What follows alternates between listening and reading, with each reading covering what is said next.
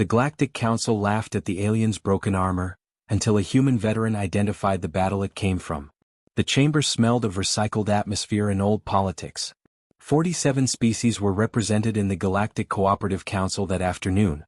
Some in person, most via holographic relay from systems too distant to make physical attendance practical. The chamber itself was a masterpiece of consensus architecture. No seat higher than another, no species given better acoustics than the rest. Neutral. Deliberate. Ambassador Yara Chen of the Terran diplomatic mission had attended 17 sessions in this chamber over the past 2 years, and she had learned in that time that the council moved like a glacier. Slow, inevitable, and capable of grinding entire civilizations to dust through sheer bureaucratic inertia. Today, however, something was different. At the center of the circular chamber floor sat an object that nobody in the room could quite agree on. It had arrived 3 days ago aboard an unregistered courier vessel, drifting into the orbital marker of Relay Station Keth 7 without transponder signal or flight plan. The courier pilot, a Drevithi merchant with a nervous disposition and outstanding debts, claimed he had been paid in hard stellar currency to deliver the crate to the council with no questions asked. The object inside was a piece of armor. Not Drevithi. Not Veluri.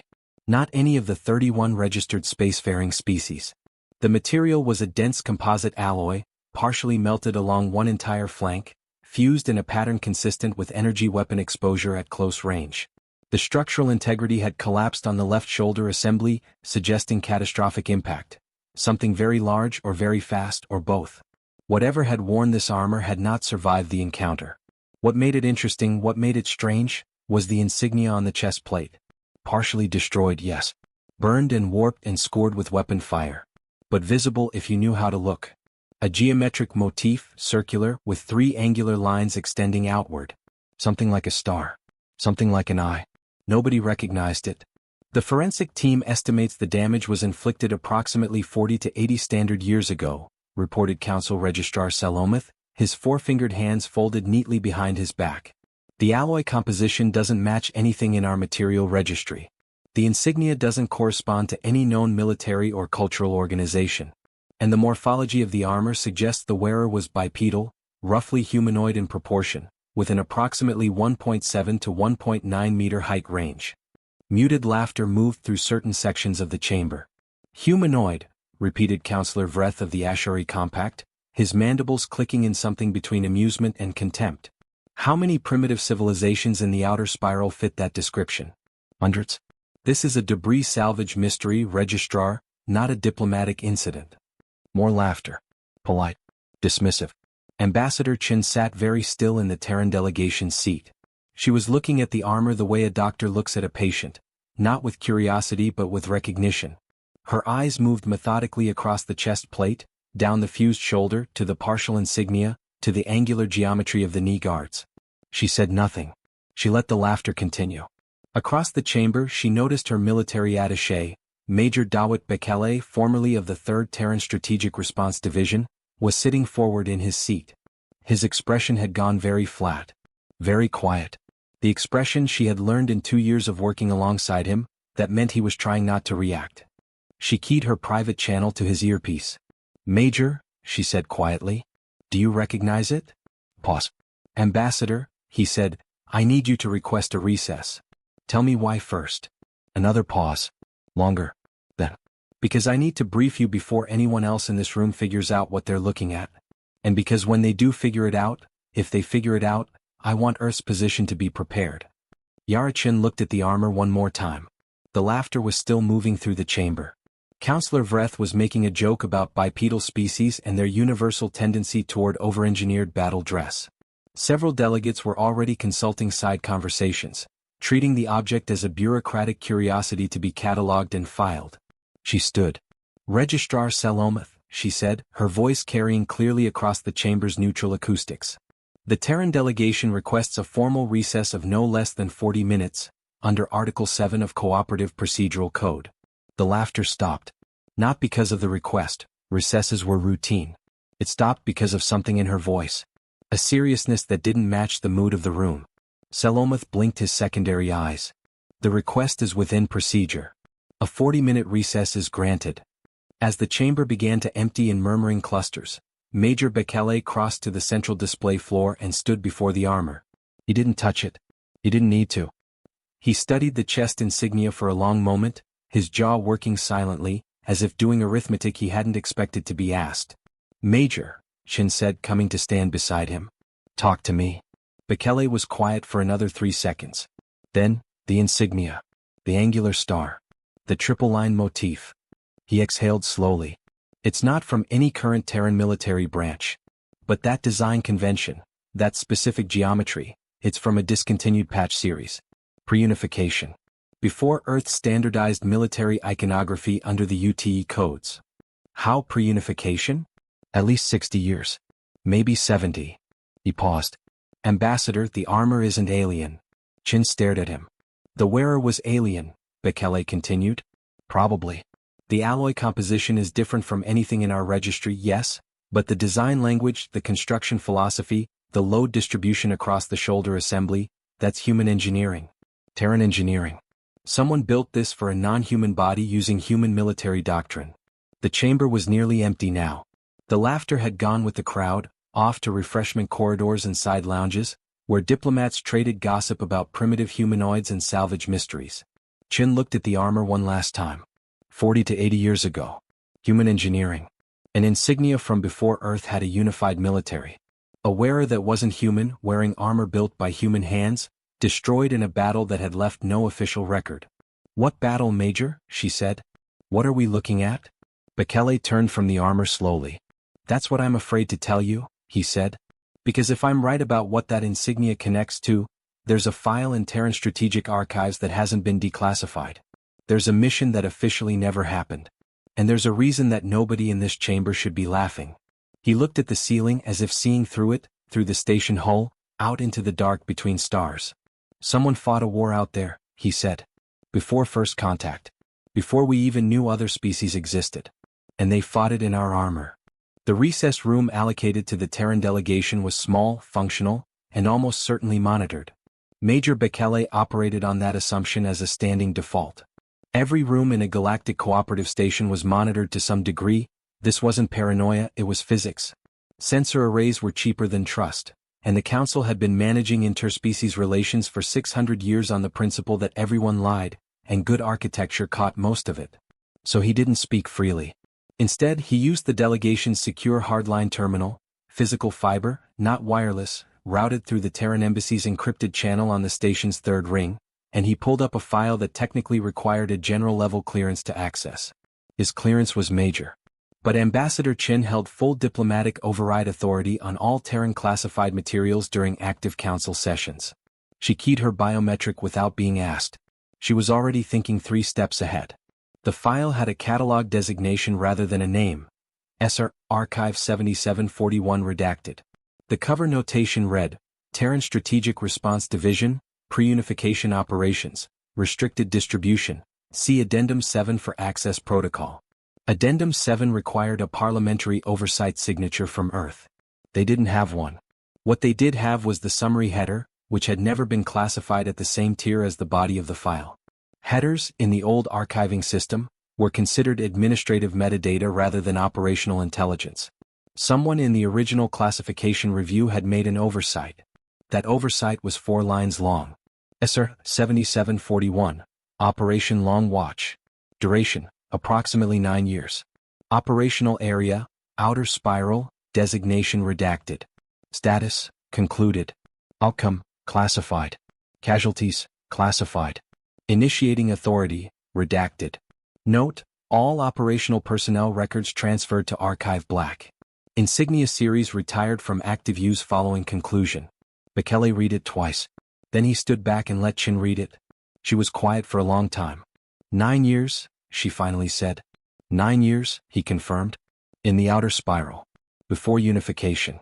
Before we officially knew about other species. She paused. Before first contact. Yes. First contact. The formal, internationally recognized moment when Terran humanity and the Galactic Cooperative had met in officially documented, witnessed and recorded exchange, had occurred 41 years ago. It was a celebrated date. It was the founding myth of an entire era of Terran foreign policy. Children learned about it in school. There were monuments on 3 continents and a holiday in the cooperative's formal calendar. If Operation Long Watch ran for 9 years, Chin said carefully, and the file was closed before unification, and the armor in that chamber is dated 40 to 80 years old. Some of those operational years overlap with the pre-contact period, Bekele said. Yes.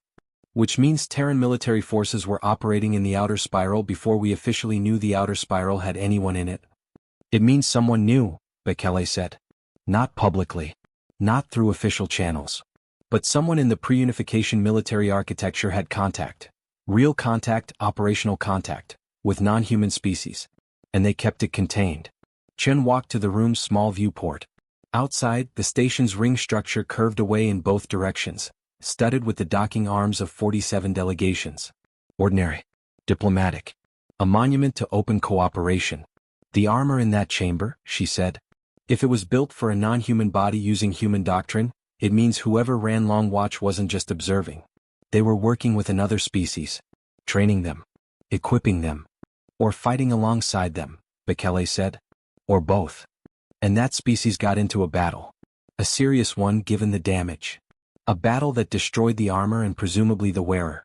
A battle that happened far enough from Council space, or was suppressed well enough, that no official record exists in the cooperative database. The armor drifted for decades. Ended up in a salvage chain. Ended up with a nervous Drevithi courier and a mysterious payment. Chin turned from the viewport. Who sent it, she said. Who paid to have that armor delivered to the council? Bekele shook his head. The courier's financial records are being pulled by council investigators. We'll know what they know eventually. But the more important question, he paused, is why now? If someone sat on this information for 40, 50, 60 years, why send the armor to the council today? The answer neither of them said aloud was the obvious one, because whatever Long Watch was fighting, it might not be over. Chen pulled up a second screen, this one showing the live feed from the council chamber floor. The armor was still there in its display case, under careful cooperative forensic lighting. Several council observers were gathered around it now, gesturing, debating. Councillor Vreth was still present, his amusement apparently replaced by something more attentive. She watched a Valuri forensic specialist lean close to the chest insignia with a magnification device. How long before they figure out the design language is Terran? She asked. Bekele calculated. The Valuri xenoarchaeology team is good. If they cross-reference the geometric motif against known spacefaring cultures, he stopped. 20 hours. Maybe less. Then we have 20 hours to decide whether Earth acknowledges this or denies it. There's a third option, Bekele said quietly. Chin looked at him. We get ahead of it, he said. We go back into that chamber and we tell them what it is. On our terms, with our framing, before they construct their own narrative around it. And if the narrative they construct is less damaging than the truth? Bekele didn't answer immediately. He looked at the archive file one more time. Operation Long Watch. 9 years. Casualties, classified. I don't think it will be, he said. There is a category of Terran military record that does not officially exist. Not classified. Not restricted. Not sealed. Not existing, which is a meaningfully different thing. A classified document can be acknowledged. It simply cannot be read. A document in Archive Black is not acknowledged at all. It has no catalog entry, no retrieval code, no administrative trail. The file numbers are not sequential. The gap where they would be is itself redacted from the inventory. Archive Black was created in the 31st year of the Terran unification process, when the newly consolidated government was conducting a comprehensive audit of pre-unification military activities. The audit's purpose was transparency, a healing exercise for a civilization that had just spent 400 years dividing itself between competing nation-states, each running its own intelligence services, its own covert operations, its own private wars. Most of what the audit found was routine. Duplicated efforts, jurisdictional conflicts, operations that had been legitimate in their national context but looked troubling when viewed from a unified perspective. Some of it was not routine. The material that became Archive Black was removed from the audit's public record by a vote of the Unification Council, a vote that was itself sealed. 11 people had cast those votes. 3 were still alive. None of them had spoken publicly about it in 40 years. Captain Adiz Okonkwo had spent 8 months trying to find the edges of Archive Black without triggering the automatic monitoring that flagged unusual access patterns on the Terran Strategic Archive network. She was 34 years old, with a background in military history and a posting with the Terran Cooperative Intelligence Liaison, a small, underfunded, perpetually underestimated office whose job was to manage the flow of historical military information between Earth's defense establishment and the Cooperative's shared intelligence framework. She had found the edges entirely by accident.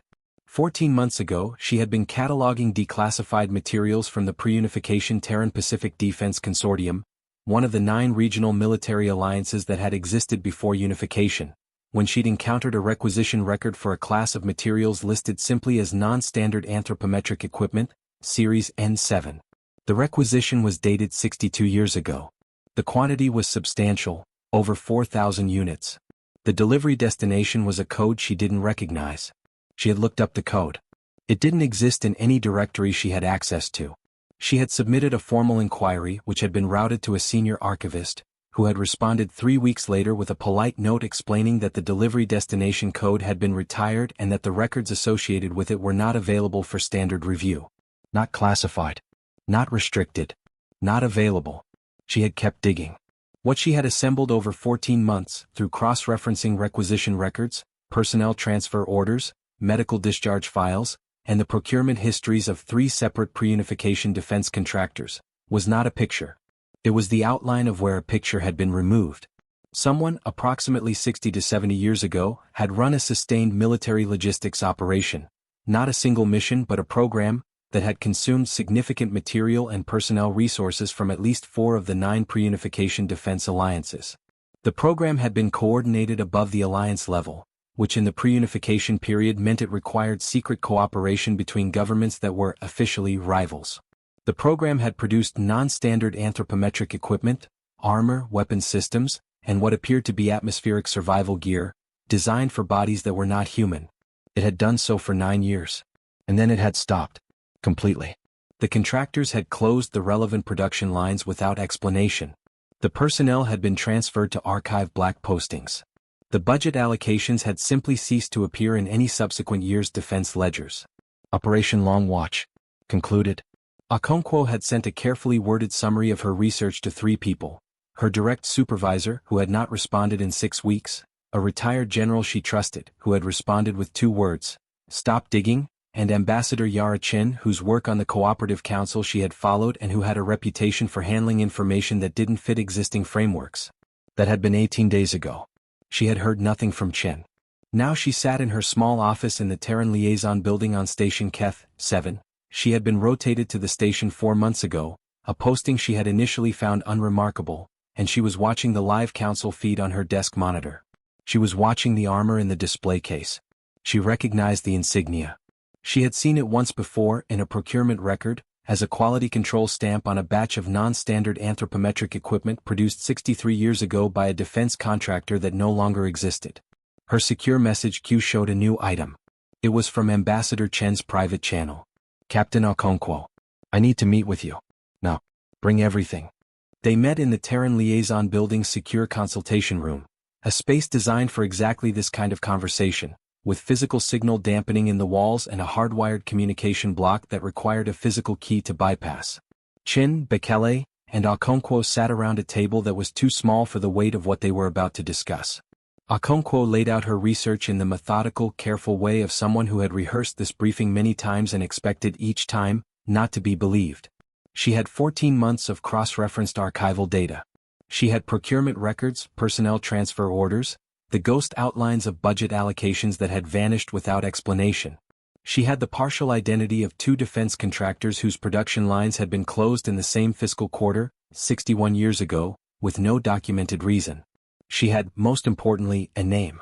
Not the name of the operation. She had known that was Long Watch from the moment Chen's message mentioned SR, Archive 7741. What she had found, buried in a retirement pension record from 60 years ago, was the name of a logistics officer who had been attached to the Operations Equipment Division. Colonel Miriam Voss. Terran Pacific Defense Consortium, retired. Died 11 years ago at age 92, in a small city on the coast of what had been Portugal. Her pension record listed her final posting as Coordinator, Non-Standard Equipment Program, designation redacted. Her obituary, published in a local newspaper and never cross-referenced into any military archive, described her as a veteran of unnamed service, who spoke rarely of her career and often of the stars. Bekele read the obituary twice. She was a coordinator, he said. Not a field officer. Equipment division. She managed the armor production, Okonkwo said. Someone designed it. Someone specified the anthropometric requirements, the non-human measurements, the load distribution for a non-human body. She coordinated manufacturing. 4,000 units over 9 years. 4,000 units, Chin said quietly. It was a number with weight. 4,000 sets of armor wasn't an exploratory program or a diplomatic gift. It was a military supply chain. It was the infrastructure of a war. We're not looking at first contact, Bekele said slowly. We're looking at something that happened before first contact. A pre-contact military alliance. Or something close enough to an alliance that the distinction barely matters, Okonkwo said. Someone on Earth, multiple governments cooperating secretly, knew about at least one non-human species 60 or more years ago. Not just knew about them. Knew them well enough to design armor fitted to their bodies. Well enough to run a 9-year program supporting their military capacity. Which means, Chin said, that whoever designed First Contact, the official, public, celebrated First Contact 41 years ago, they knew it wasn't the first time. The room was quiet for a moment. Outside, through the signal-dampened walls, the station continued its ordinary business. 47 species, talking, negotiating, building the slow architecture of interstellar cooperation. Unaware, or pretending to be, that the foundation they were building on had a hidden layer. The species, Bekele said. Whoever wore that armor. Whoever Earth was working with. Do we have any indication who they were? Okonkwo pulled up a final document, a material analysis request she had submitted 6 months ago through a civilian academic channel, deliberately stripped of military context, framed as a study of pre-unification manufacturing techniques. The alloy composition, she said. I had it analyzed by a materials science lab at the University of Nairobi. They didn't know what they were looking at. I gave them a fragment from one of the archived procurement samples, told them it was a construction material from a demolished building in the old consortium territory. And?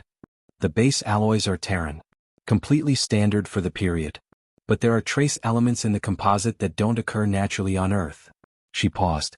They occur in high concentration in the asteroid belts of a specific stellar region. A region that, in current cooperative cartography, is designated. She pulled up the star chart. The designation appeared on the screen. Bekele stared at it for a long moment. Then he looked at Chin with an expression that had gone completely still. That's Drevithi space, he said. Chin looked at the star chart. Then at Bekele. Then at the star chart again. The courier, she said. The nervous Drevithi merchant who delivered the armor. Was paid in hard stellar currency, Bekele said. By someone who wanted that armor in this chamber, in front of this council, at this specific moment. Okonkwo was very quiet. The Drevithi knew, Chin said. It wasn't a question. The Drevithi have always known, Bekele said. And someone among them just decided it was time for the rest of the council to know too. The Drevithi ambassador to the Galactic Cooperative Council was named Asith Karu, and he was, by the general consensus of the diplomatic community, the most difficult senior envoy currently serving at any major station. Not difficult in the sense of hostile or obstructionist, the Drevithi were too pragmatic for that. Difficult in the sense that he had been doing this for 37 years and had, in that time, developed an absolute intolerance for theater. He had seen too many crises manufactured, too many urgencies invented, too many historic moments, that were really just the predictable consequences of decisions made decades ago by people who had assumed they wouldn't be around for the reckoning. He was in his quarters when Ambassador Chen requested an emergency meeting. He accepted without hesitation. That, in itself, told her something. He received her alone, no aides, no recorders, no the usual apparatus of formal diplomatic exchange. His quarters were sparse and smelled faintly of something mineral, the Drevithi equivalent of incense. He offered her a seat with the courtesy of a man who had been expecting this visit for some time. Ambassador Chin, he said. I expected this meeting would come sooner. How long have you been waiting? She asked. Since the armor arrived at Keth, 7, he said. 3 days. She studied him. His face was difficult to read in the human sense. The Drevithi facial musculature worked differently, but she had been watching senior diplomats for 20 years and she recognized the particular set of someone carrying a long burden with professional composure. The courier was Drevithi, she said. He was contracted through a private channel with no traceable connection to the embassy, Asif Karu said. If you're concerned about diplomatic exposure, the Drevithi cooperative delegation has no official knowledge of the armor's provenance. But you do, she said. Personally. Pause. Long careful. Personally, he said, I know what that armor is. I have known for 36 years. I know because my uncle told me in the last year of his life, because he needed someone to carry the knowledge and he had run out of people he trusted who were still young enough to wait. Chin kept her expression neutral. She was aware that she was about to receive information that would change, in fundamental ways, the political architecture of the cooperative. She was aware that she needed to receive it with steadiness, not excitement. Your uncle, she said, was a military commander, Asif Karu said, in the Drevithi Territorial Defense Force. 63 years ago. At a time when the Drevithi were not members of the cooperative, were not known to most of the species in this station, and were fighting a war. He paused. A war, he continued, that we were losing. The room was very quiet. The species we were fighting, I will not name them here, not yet, not until we have the right setting, had superior technology. Superior numbers. They had been moving through the outer spiral for 2 generations, absorbing or destroying every civilization in their path. The Drevithi were next. We had been next for 11 years, fighting a defensive campaign with weapons and doctrine that were 50 years behind what was being used against us. Chin listened. She did not interrupt.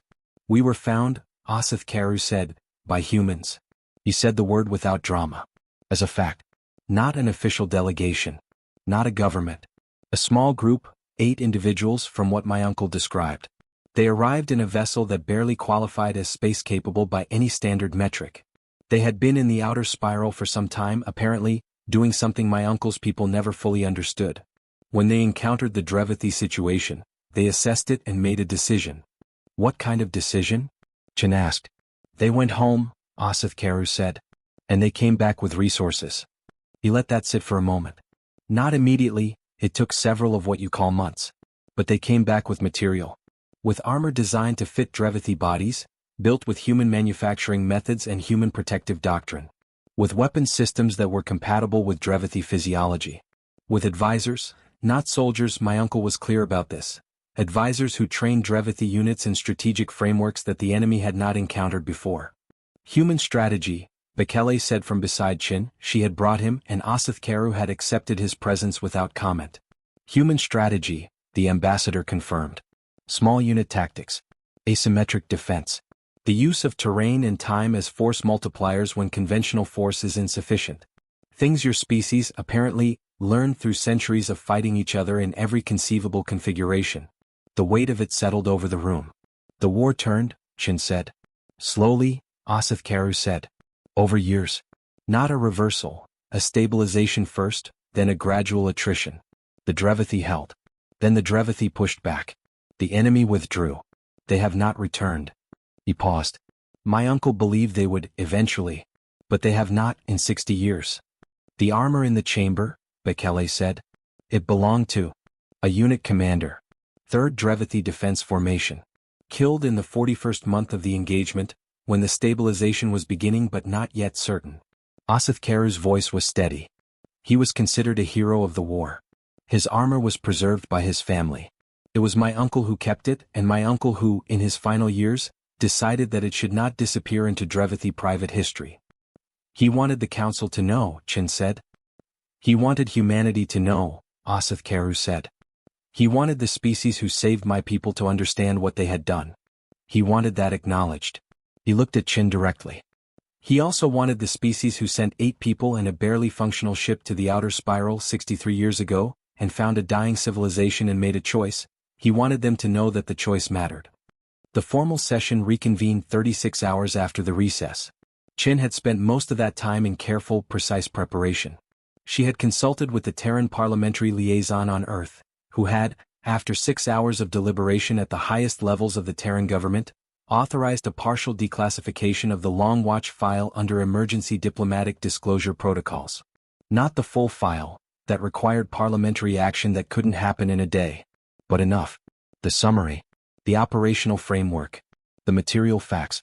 She had also, in the same 36 hours, spoken with Major Bekele for 4 hours about the strategic implications of what they now knew, and with Captain Okonkwo about how to present archival information to an audience that would be simultaneously skeptical and alarmed.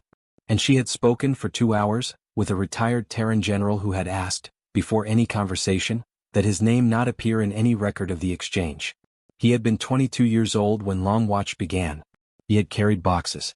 We didn't think of it as a war, he had told her. We thought of it as the right thing to do. 8 people found a species being exterminated and came home and said, we have to do something. And some people in power listened.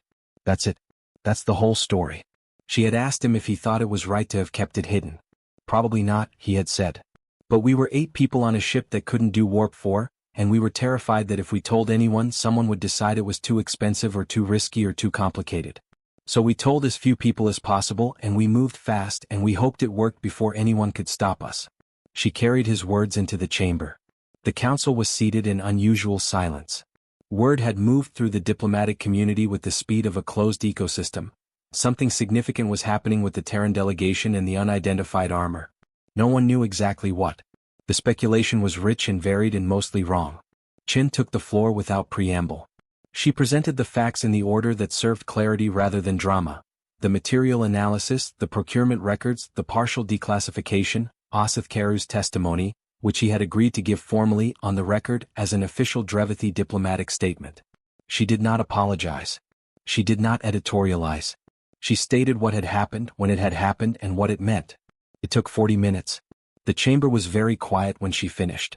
Counselor Vreth, who had laughed at the armor 36 hours ago, was no longer laughing. He was sitting very still, his mandibles closed, his secondary eyes focused on the display where the timeline of Long Watch overlaid against the official first contact date. Registrar Salomoth, whose job it was to maintain procedural order, was visibly struggling with the magnitude of what had just been entered into the council record. You are stating, said Counselor Meva of the Valuri jurisdiction, choosing her words with great care, that Terran humanity had sustained contact with a non-cooperative species 6 decades before official first contact. That this contact involved active military support. And that the species who was supported is currently a full member of this council. Yes, Chin said. And that the existence of this contact was concealed, from your own government, from the cooperative, from all parties, for 6 decades. By individuals acting outside official governmental authority, yes. The early participants were effectively unauthorized. By the time the operation was large enough to require governmental involvement, the decision to keep it contained had already been made at the level of the pre-unification defense consortiums. Meva processed this. And the species they were fighting. The one that drove the Drevithi to the edge of extinction 60 years ago. Do we have identification? Chin looked at Osith Karu. The Drevithi ambassador stood. He spoke for 8 minutes. The name he gave, the species designation, the stellar region, the last known coordinates of their withdrawal, was met with a silence that had a different quality than what had come before. Several council members recognized it. Major Bekele, watching the faces around the chamber, counted 4 delegations whose representatives had gone very still in the specific way of people receiving information they had been hoping not to receive. That was its own kind of data. The formal record would later describe the session as a significant procedural and historical disclosure with wide-ranging implications for cooperative membership protocols and pre-contact diplomatic history. That was the bureaucratic translation. What actually happened was this. A room full of 47 species sat quietly for a long moment and reassessed everything they thought they knew about humanity. Not because humans had been revealed as secretly powerful or secretly dangerous, or secretly anything that fit the familiar narrative templates the Council used to categorize new civilizations. The revelation was stranger and more uncomfortable than that. 8 people had found a dying species in the outer spiral and had gone home, argued with the people who controlled resources and come back with armor. They had done it without governmental authorization, without council knowledge, without any of the frameworks that were supposed to govern exactly this kind of situation.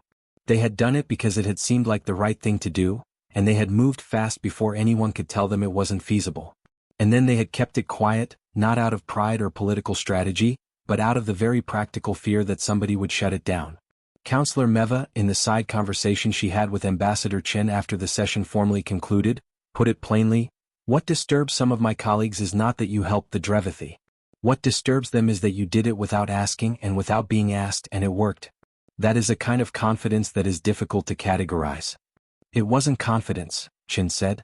The general I spoke with said they were terrified the entire time. That, Meva said, is even more difficult to categorize. The political consequences would take years to fully resolve. There would be formal inquiries into the long concealment, formal statements from the Terran government, formal adjustments to the cooperative's first contact protocols.